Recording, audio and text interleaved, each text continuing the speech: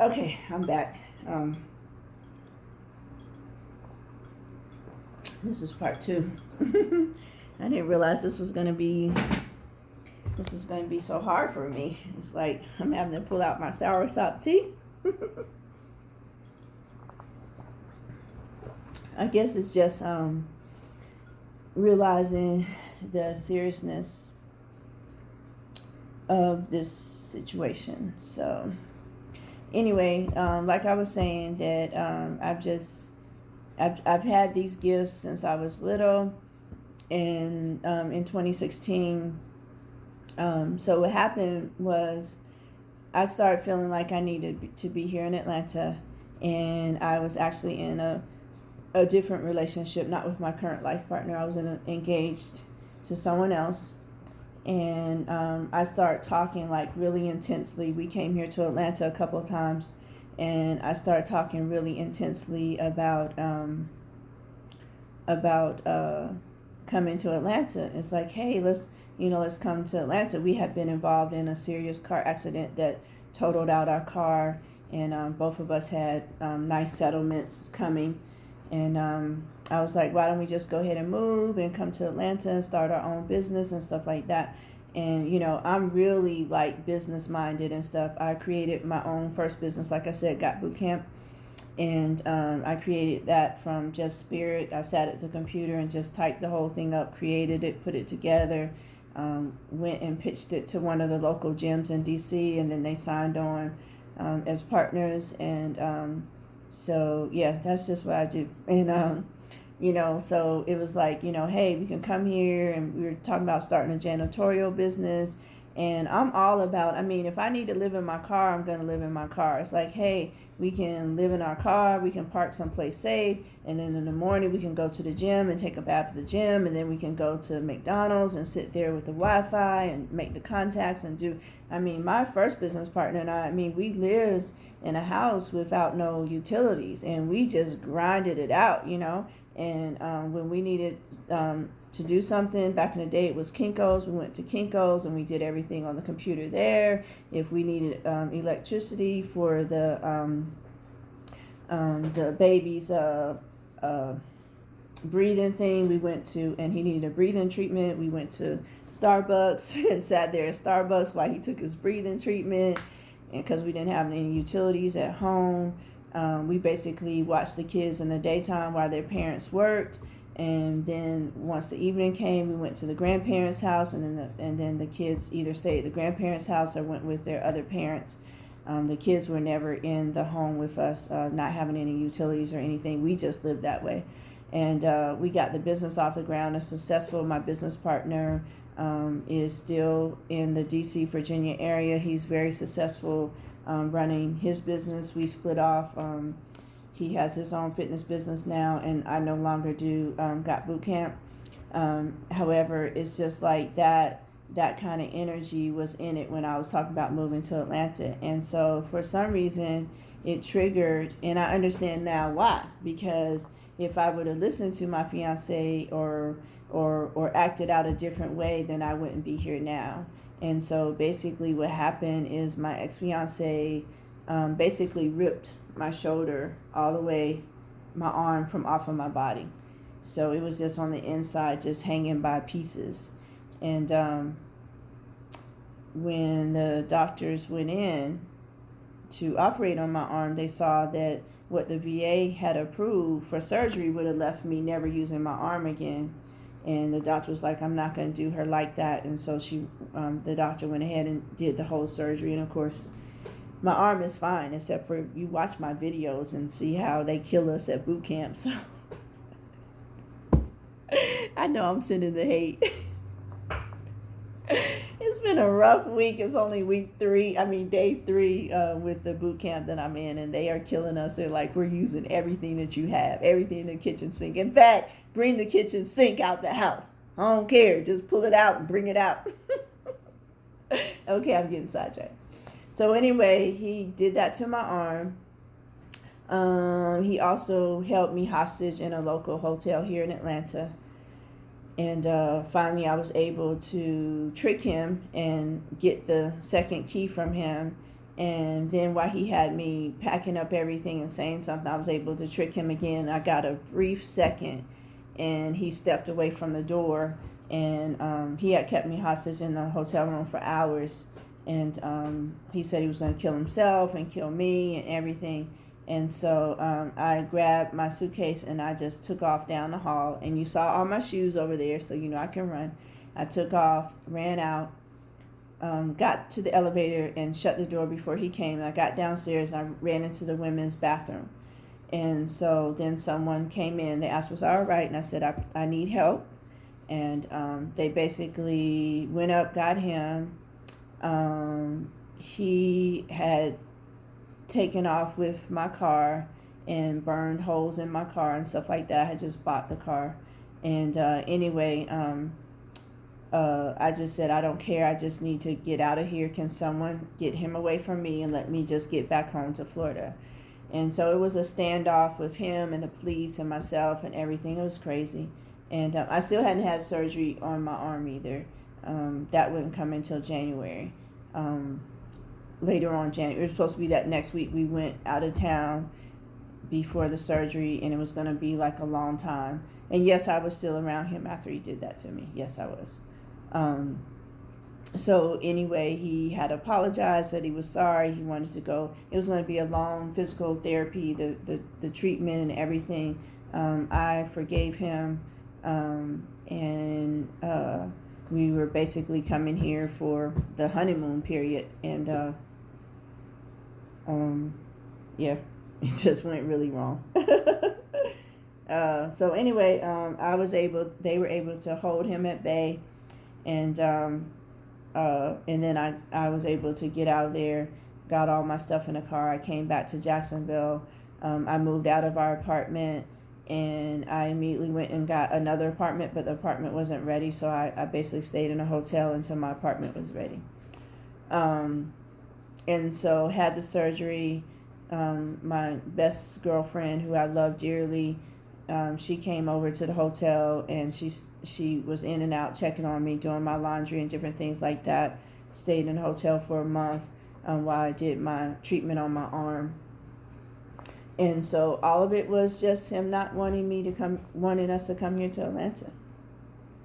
And so anyway, fast forward, my arm, physical therapy, all that, got through all that, and basically came here to Atlanta anyway. So that was 2014, and I wound up coming to Atlanta in 2016.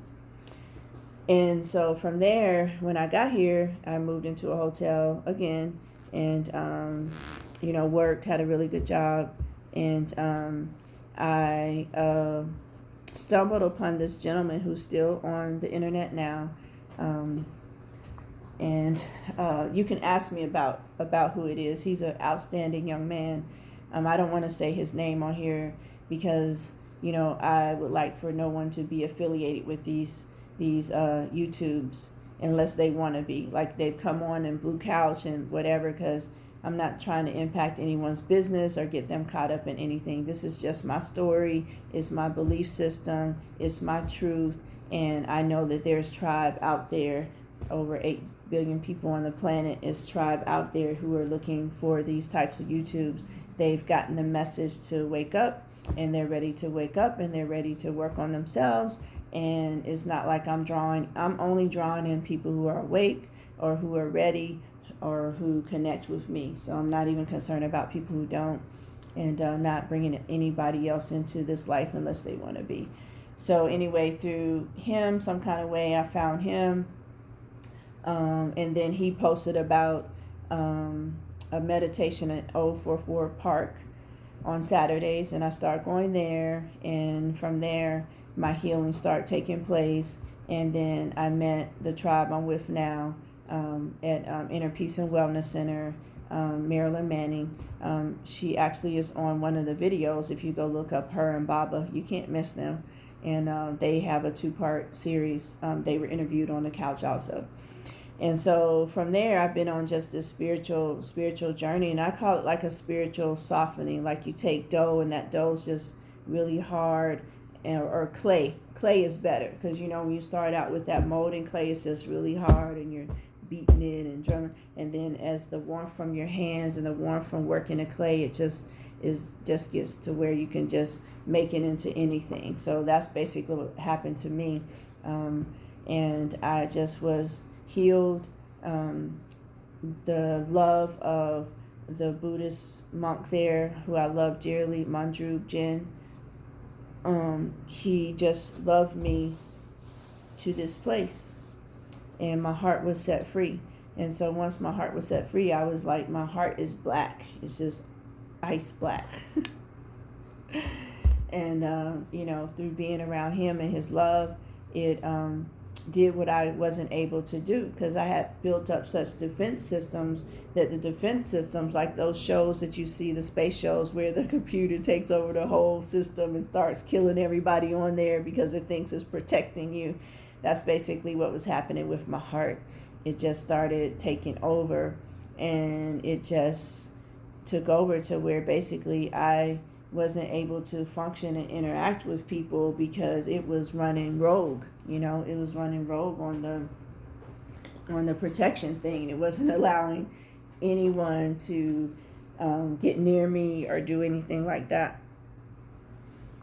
And so in walked my life partner. And when I met him, it was through a series of events that were just really weird. It's like I went down to Florida for my nephew's graduation, and a friend that I hadn't talked to in 4 years, she and I hadn't spoken because the last time we talked, we have this group called the Triangle. It's the three of us, and we just have these all night long deep spiritual talks. And on one of these nights, this was because that's the thing, is like I'm still learning about my gift, and I'm straight no chaser, when I talk, and I'm learning and understanding to not be that way, to be more gentle with people and things like that. And even when I think I'm being gentle, I'm being too hard. So I'm very apologetic. I put a lot of, I'm sorry's before I say stuff and different things like that. Because when I just go in, and I don't even know it. And so basically she got offended by something I said spiritually. And I'm truly sorry, because I should have said that better. I understand that there's people out there who don't understand that you created your life. It's your life is so horrible that you just get so angry because you don't understand that you created your life. Hang on for a second. I'm not going to pause it legally the way, because then it turns it off, and I don't want this to be a part 55. So hang on, I'm going to get something to show you.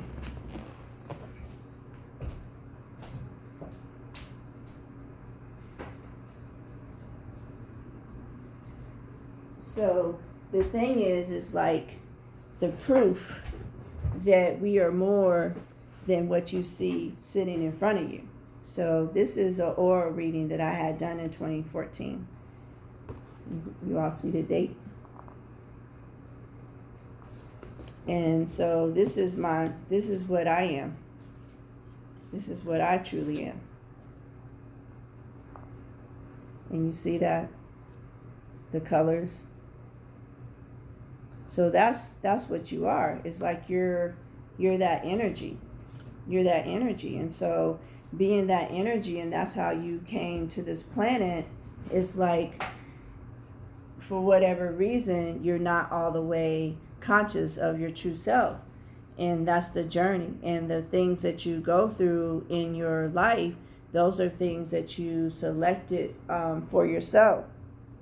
And I always say it's like, you're at a casting call for a movie, and you go in and they said, okay, in this part, Storm, you're going to play the part of a woman who gets her arm torn off by her fiance. And from that, you are going to build up the strength and the courage that you need to be able to get to Atlanta, because you really need to get to Atlanta for your spiritual growth. And I'm like reading the script, I'm like, arm tore off, held hostage at a hotel, family is angry at you, so they abandon you and put you to the side because they're mad because you still stay in contact with their abuser. It's like, And I'm like, okay, good, let's play that part. And so, boom, I'm in this life and I'm playing that part. And then when it actually starts happening, you know, I forget that I agreed to do this. And then I'm angry at everyone. And then I turn bitter. And then all these things, you know, and it's like, whoa, I was already into my spiritual journey. And what happened was my spirit was like, hold up, wait a minute, something else is going on. And so, like, I used to call myself bitter black woman, BBW, that I was the head of the bitter black woman. And all of you out there know bitter black women. And I'm only saying black because I'm black. This is what I showed up in this life. So I'm sure there's other nationalities that you know what a bitter woman is, you know. So don't get caught up on the color, because if we skinned ourselves alive right now and just went walking around, we would have no color. So just the gender that I'm in right now is female. And so just a bitter black woman, just bitter. And hated everything, hated everybody, talked nasty to everybody, had an attitude with everybody, made everyone else responsible for what I did to myself.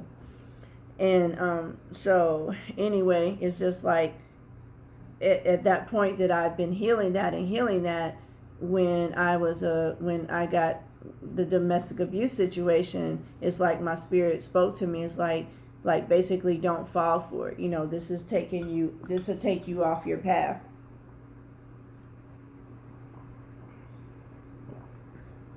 So I basically forgave the person and just kept looking at the spiritual side of it. And my expectation was, because my whole family is Christian, I expected them, and because they had a good relationship with my fiance, I thought that this would be like an awesome healing moment for our family. And it was zero. It was none of that. I'm telling you, this video is challenging me.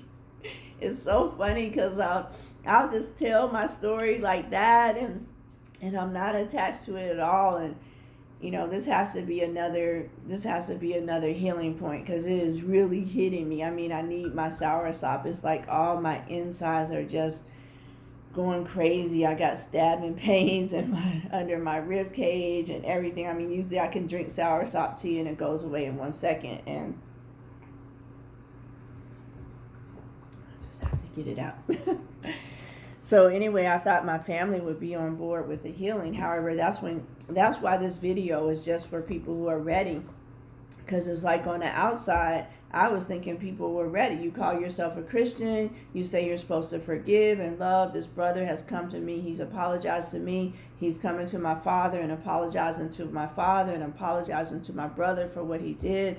His sisters, he had like 4 sisters. They called me up on the phone. They apologized to me. And all I had to do was act in love and forgiveness. And that's all that I was doing, was acting in love and forgiveness. And at the same time, he and I lived together and had our money together and different things like that.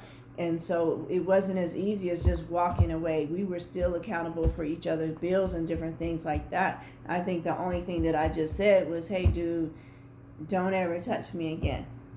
That's it. If you touch me again, make sure I'm dead, because it's not this what you see lasts one time.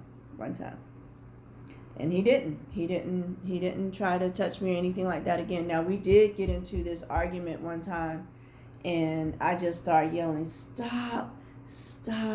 And I went to my room, and I had all the photographs. The doctor gave me like colored 8x10s of all the surgery. And I just took him. I started throwing them at him. Isn't this enough? Isn't this enough? You know, isn't this enough? And he just stopped. So it wasn't an easy journey to still be around him. It was just for me spiritually, you know, the forgiving, the unconditional love, the different things, the behavior and accountability that goes with you asking for forgiveness and stuff like that and stuff. And so eventually he just wasn't able to walk out. You know, he told me he wished I would have just pressed charges against him versus forgiving him, because he can't live under the weight of forgiveness. He can't live under the weight of unconditional love. It was driving him crazy.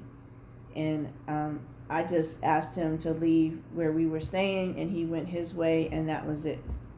And so it's like, it's not that I remember that I volunteered for this life, is that at the moments that I was spending time with myself and healing myself, I was hearing my voice more clearly. And it was challenging to hear my voice when your family is telling you don't go around your abuser and, you know, this and that. I went to see a lawyer. I went to see this domestic abuse people and different things like that. And they're basically, leave your home, leave everything, come live in a shelter. I'm like, that's not happening on anybody's day. I'm just going to tell him, don't do that to me again. And that's it. And I'm going to stay in my home and stay in my life, and I will work my way out of it. So that was my personal choice. Any of you all, let me put the disclaimer in there. If you're being abused in any way, get to someone that you know that you can trust and ask them to help you get to a domestic violence center, because they know exactly how to get you out of your situation. Please do not take this video. I am entertainment purposes only. This is my only personal testimony. I am not a doctor. I'm not pretending to be a doctor or give you spiritual advice that overrides your doctor's advice or your advice or your therapist's advice. Get to your local shelter, call 911, ask them to get you to a shelter, and they will help you leave your situation in a way that keeps you safe the best. They have the research and the documentation and the trained people that know what the abuser is thinking and when's a good time for you and your family to leave or yourself to leave.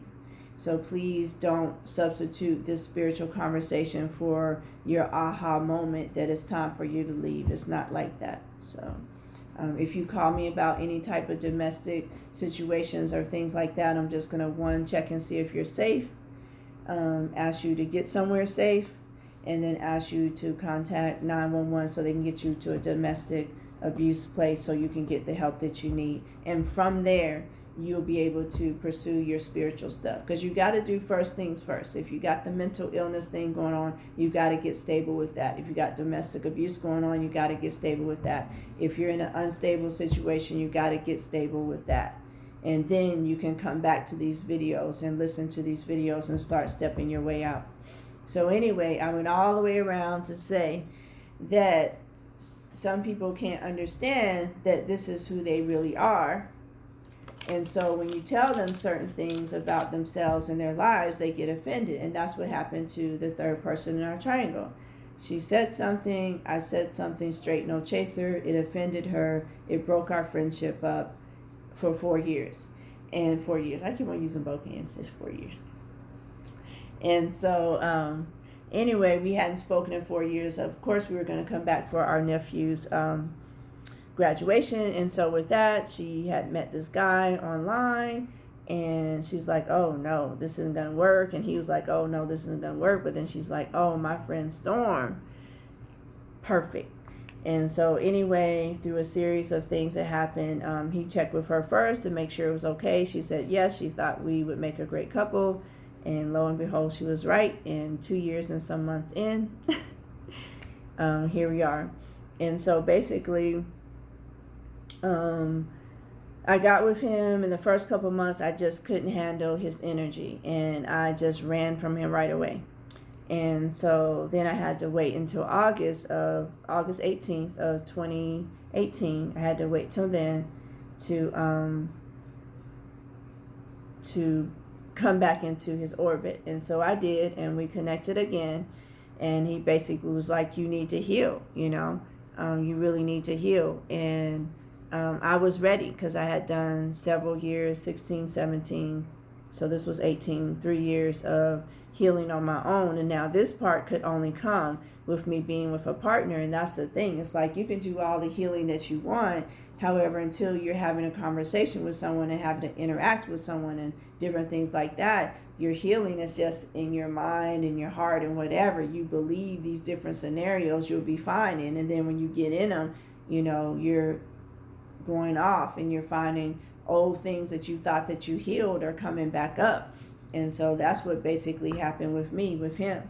However, the purity of his nurturing that was inside of him just basically wrapped me up like a baby in a blanket while I was going through my 9 months of healing from August all the way till April 22nd, which was my of 2019, which was my spiritual birthday. And 9 months. And it was like the healing was super painful, because every time I heard his voice, it was traumatizing to me. It's like I couldn't stand his voice. I couldn't stand for him to care for me. I couldn't stand for him to love me. All that like hurt. Like it was like I had a huge sunburn over my whole body. And every time he touched me physically or touched me spiritually or mentally or anything, it just hurt. It bothered me. I was like a snap. You know, we were bickering all the time because everything he said bothered me.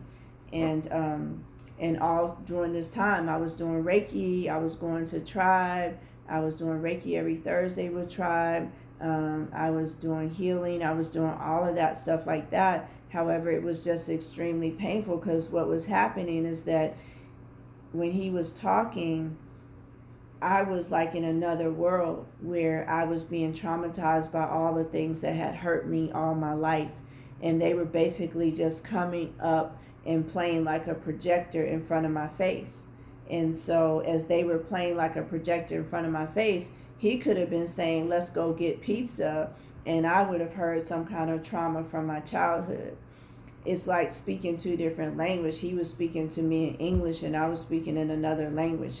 And although we existed on the same plane in the same time, and he was holding space for me while I healed, it was like I was against him, you know. And for me, I was just caught in a nightmare.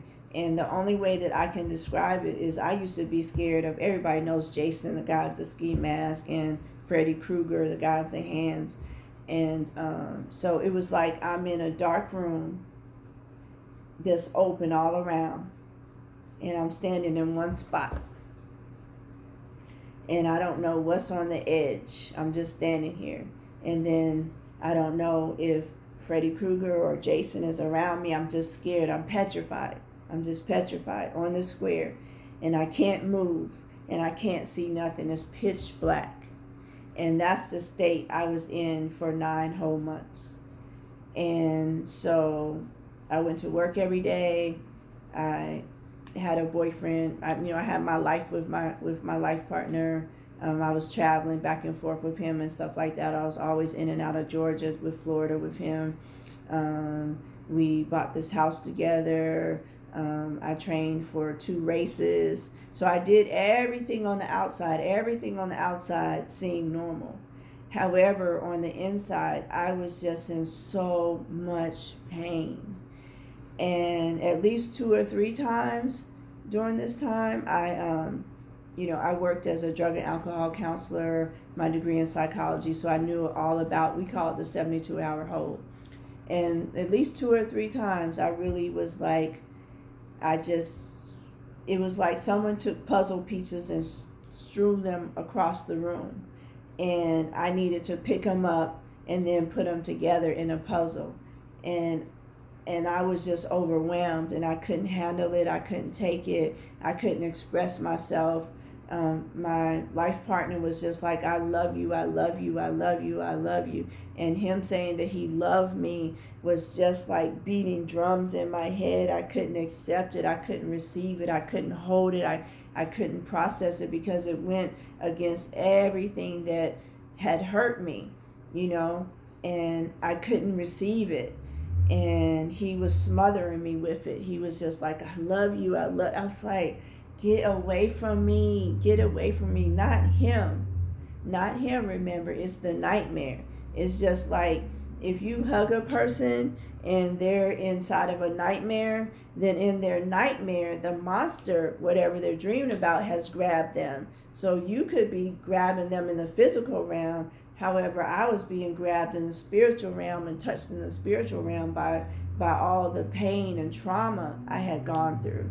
So it was just the most painful event I'm grateful that I had him. I'm grateful that I had Tribe, Mama and Baba, and the tribe members. I'm grateful that I had them. And that's why it's really important to have someone around you while you're healing. Because it's like they held space for me. It's like Michael, my partner, was holding me, and then they were holding him. And so at that point that I was being held and he was being held by them, we were all like locked in, you know. And that's basically what it takes. And it's like you may not have someone locally there for you, and then that's the connection that we can have. It's like you have my phone number, you can text me, you can do all those things like that. And again, it's just like I'll get the crisis text number so that if you can't get a hold of me, you have the crisis person to talk to. And again, like I said, I can't stress more than anything to not start this journey by yourself if you're already diagnosed with mental illness, anxiety, panic, ADHD, schizophrenia, just any of that. If you really want to heal, go to your doctor and say, look, I found this person. She's talking about spirituality on YouTube. Please watch one of her YouTubes, and then will you help me get to that place? And so the doctors and people you work with will be able to help you balance your spiritual need with your mental need. Because what happens a lot of times is when people will start running from whatever they're diagnosed with, and then they'll run to spirituality and cover that up. It's still going to pop up. It's still going to pop up, because even if you don't believe really in mental illness, it's still something that's throwing you off track, and you need to understand those things for yourself. And once you understand those things, you know, for yourself, then you're able to have it where you can have your spiritual life and your mental life, and you understand it and you can handle it yourself, whether it's managing it with coping skills, cognitive behavior therapy, medication, a mixture of all that. It may take that, and it may take years for you to be able to do that till you get to the point where you're able to manage your spiritual life in a way that's pleasing to you. The cold turkey thing and different things like that, I strongly suggest against it, because think about it. Your spirit, if it's really telling you to do this spiritual journey, it will show you how to do it the right way. And you will not have to deceive anyone or trick anyone or just throw your medicine away or do any of these kind of things. It's like, just say to yourself in your mirror, just say, hey, I want to be free. I want to be totally healed. Show me those things that I need to work on, because it's like having different things inside of you, and unless you get those things out,